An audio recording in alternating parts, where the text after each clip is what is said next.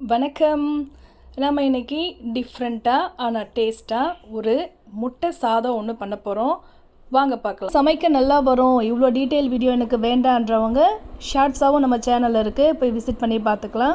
எனக்கு குக்கிங்கே வராது, ingredients name எதுவும் தெரியாதுன்றவங்களுக்காக மட்டுமே இந்த லென்த்து வீடியோ. 1.5 கப் ரைஸ் எடுத்து சுடுதண்ணியில் எண்ணெய் உப்பு போட்டு வேக வச்சு தனியாக சாதமாக எடுத்து வச்சுக்கலாம். இந்த சாதம் முழு வேக்காடு வேகக்கூடாது, முக்கால் வேக்காடு சொல்லுவோம்ல, அந்த அளவுக்கு தான் வேகணும். சாதத்தோட ஏன் எண்ணெய் கலக்கிறோம் அப்படின்னா, சாதம் ஒன்றோட ஒன்று ஒட்டாமல் உதிரி உதிரியாக வரும். அதுக்காக சாதத்துக்கு ஏற்ற உப்பு மட்டும் ஆட் பண்ணியிருக்கோம். ஒரு பேன் வச்சு ஆயில் போட்டு, ஆயில் நல்லா ஹீட் ஆனதும் ஒரு பெரிய வெங்காயம், பெல்லாரி வெங்காயம் பொடியாக நறுக்கி வச்சுருக்கேன், அந்த வெங்காயத்தை கூட ஆட் பண்ணி, கூடவே ஒரு பச்சை மிளகா நறுக்கி வச்சுருக்கேன். வெங்காயம் பச்சை மிளகா எண்ணெயில் ஆட் பண்ணி நல்லா வதக்க போகிறோம். ஒரு 4 தக்காளியை அரைச்சி சேர்த்துக்கலாம். தக்காளி வெங்காயம் எல்லாம் நல்லா வதங்கினதுக்கு அப்புறமா இதுக்கு தேவையான மசாலாக்கள் சேர்த்துக்கலாம். ஒரு 1/2 ஸ்பூன் மஞ்சள் தூள், 1.5 ஸ்பூன் குழம்பு மிளகாய் தூள், 1/2 spoon garam masala, 1 spoon Kashmiri chilli பவுடரும் ஆட் பண்ணி நல்லா வதக்க போகிறோம்.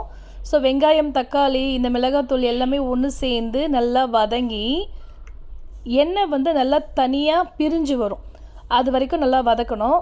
எண்ணெய் பிரிஞ்சதுமே இப்போது இந்த டிஷ்ஷுக்கு தேவையான முட்டை ஒரு 5 முட்டை எடுத்து உடச்சி போட்டு பீட் பண்ணி, இந்த முட்டை கூட மிளகுத்தூள், உப்பு, இந்த முட்டைக்கு தேவையான உப்பு மட்டுமே இதில் ஆட் பண்ணியிருக்கேன்.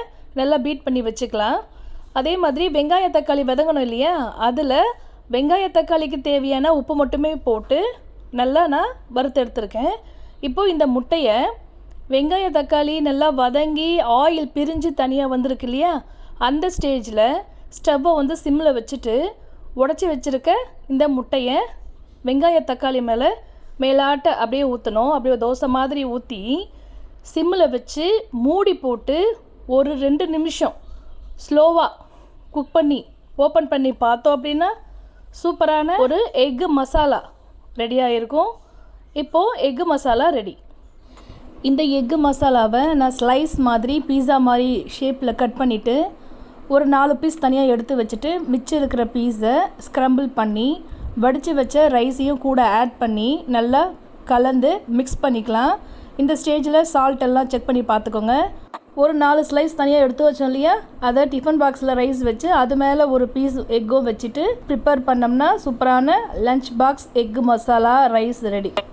கட்டாயமாக ட்ரை பண்ணி பாருங்கள், பசங்களுக்கு ரொம்ப பிடிக்கும். நம்ம சேனலை ஃபஸ்ட் டைம் விசிட் பண்ணுறீங்க அப்படின்னா சப்ஸ்கிரைப் பண்ணிக்கோங்க. இந்த வீடியோ உங்களுக்கு பிடிச்சா லைக் பண்ணுங்கள், ஷேர் பண்ணுங்கள். தேங்க்யூ. தேங்க்ஸ் ஃபார் வாட்சிங்.